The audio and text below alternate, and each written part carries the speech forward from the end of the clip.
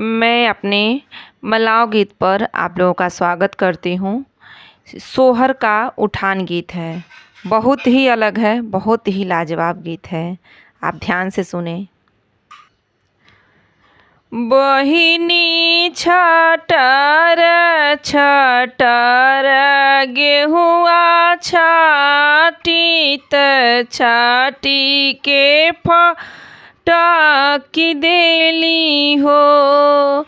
बहिनी छटर छटर गेहुआ छाटी त छाटी के फटाकी देली हो। बहिनी रगरी रगरी गेहुआ पीसी त पीसी के चाल देली हो। बहिनी रगरी रगरी गेहुआ पीसी त पीसी के चाल देली हो। बहिनी कचर कचर पिसना सानी त सान के संवार देली हो। बहिनी कचर कचर पिसना सानी त सान के संवार देली हो।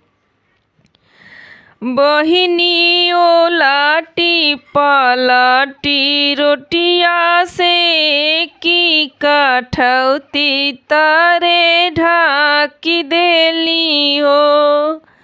बहिनी ओलाटी पलटी रोटिया से की कठौती तरे तो पी देली हो। 5 रोटी नाउन लीही 10 ठे धोबिनिया लीही हो।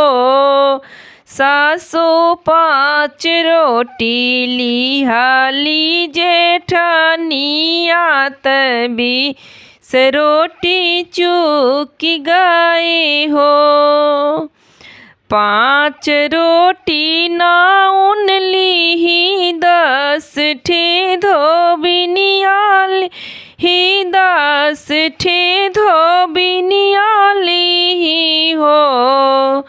सासु 5 रोटी लिहाली जेठनिया तभी से रोटी चूकी गई हो।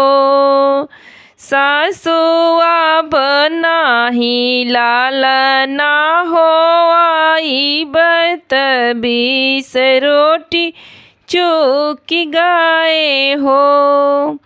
सासु अब नाही लाल ना हो आई तभी से रोटी चूकी गए हो।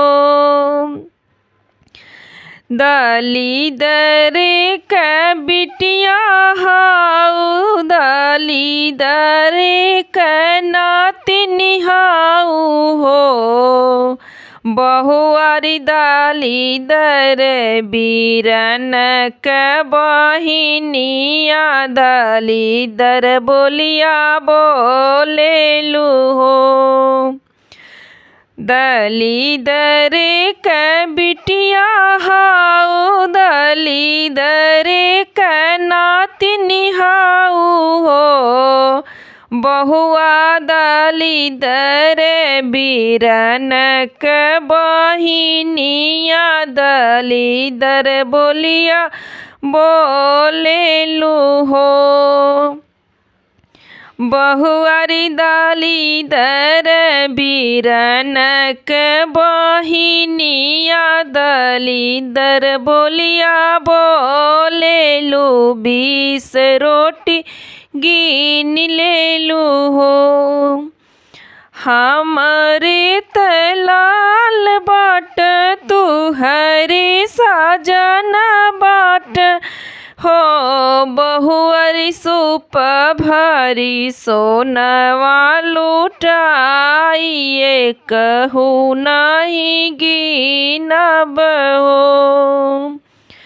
हमरे तलाल बाट तुहरे साजना बाट तुहरे साजना बाट हो।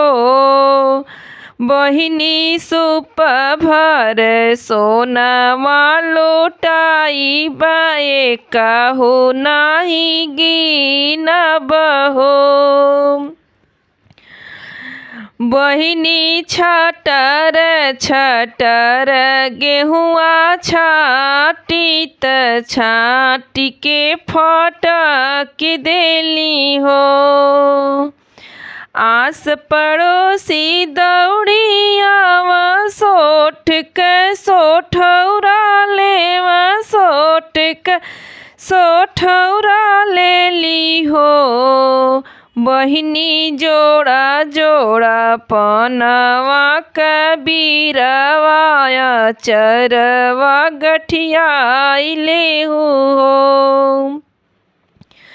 आस पड़ोसी दौड़ियाव सोठ के सोठौरा लेली सोठ के सोठौरा लेली हो।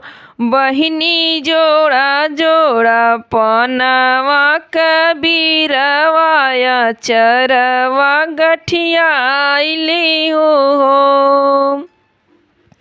बहिनी हंसत हंसत घरे जाहु लालन कबलैया लेहु हो। सखिया हंसत हंसत घरे जाहु लालन कबलैया लेहु हो। हमारा यह उठान गीत कैसा लगा आप लोग ज़रूर कमेंट में बताएं। धन्यवाद।